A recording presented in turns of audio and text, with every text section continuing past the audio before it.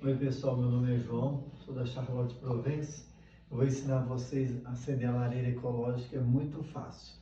Você vai aproveitar um pote de água sanitária, desinfetante ou água mineral. Quando for abastecer o carro, pede o rapaz para colocar o álcool.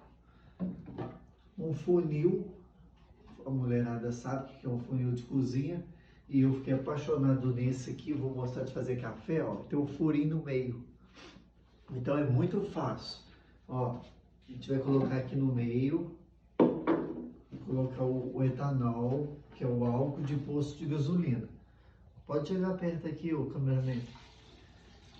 Chega pertinho aqui.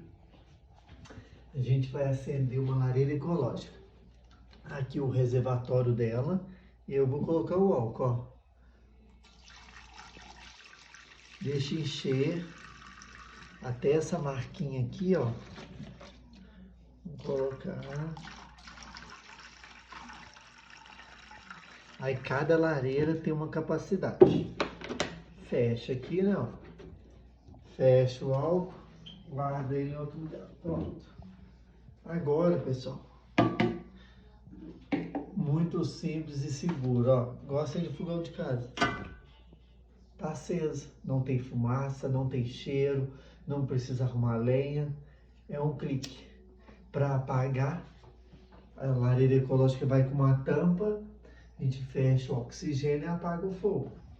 Agora é só curtir, colocar a música, abrir uma garrafa de vinho.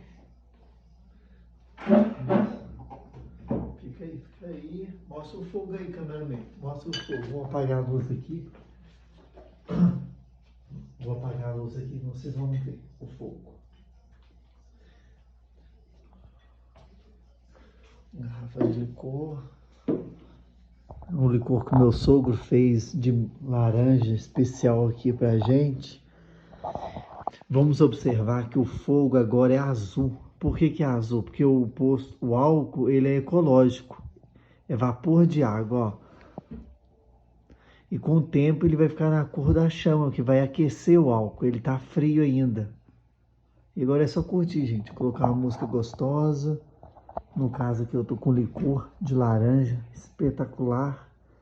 E ser feliz, tá bom? Me chama aqui no direct, no WhatsApp. Meu telefone é 32 9909 2373. No caso aqui é uma madeira de demolição, linhas retas, moderna, ó. A madeira tá precisando passar uma cera nela.